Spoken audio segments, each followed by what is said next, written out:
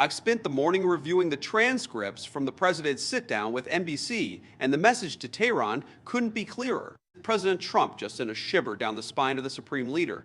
He said he should be very worried. This isn't just Trump talk. This is based on the fact that we already obliterated their last nuclear site. They tried to go back to it, they tried to restart it, and we wouldn't even let them get near the rubble. There was total obliteration. But here is the insider part they aren't telling you on the 6 p.m. news. Our intelligence found out they were planning a new site, hidden away in a different part of the country. They thought they could outsmart the locked and loaded president. They were wrong. Trump's message was simple: you do that, and we're going to do very bad things to you. In the War Department, very bad things means a level of precision strike capability that the world has never seen. We aren't just talking about hitting buildings. We are talking about neutralizing the entire command structure of the regime. Inside the West Wing, we talk about the option B. If the talks in Oman tomorrow fail, option B is already on the table. Steve Witkoff and Marco Rubio are preparing to meet the Iranian delegation, but they aren't going there to beg. They are going there to hand over the surrender terms. The Supreme Leader is scrambling. The coffee shops in Tehran are buzzing with one question: will he strike? They know that with Trump, the word Armada isn't a figure of speech. It's sitting in the Gulf. Its missiles already programmed with the coordinates of the new site. The Supreme Leader has a choice: give up the uranium or face the total obliteration that took out his last project. The clock is at 0. While the politicians talk in Oman, the people of Iran are living through a nightmare. Courtney Keeley's reports today should break your heart.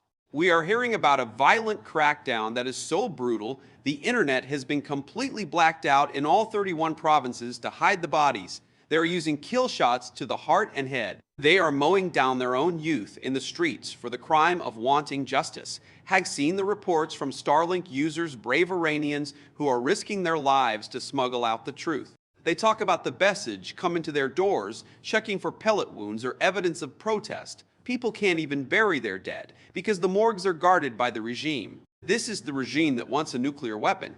This is the supreme leadership that Trump is warning.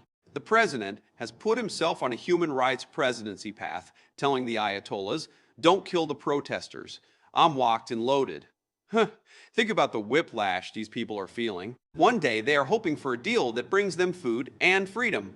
The next, they are seeing their friends shot in the head 200 meters away from them. The Iranian people are the victims of a double tragedy: a brutal dictatorship at home and the looming threat of a US strike from abroad. Trump knows that the only way to save the Iranian people is to remove the nuclear threat that keeps this regime in power. He's not just fighting for American security. He's fighting to end the chaos that has mowed down tens of thousands of innocent civilians. The pursuit of justice isn't just a talking point. It's a life and death struggle for the soul of Iran.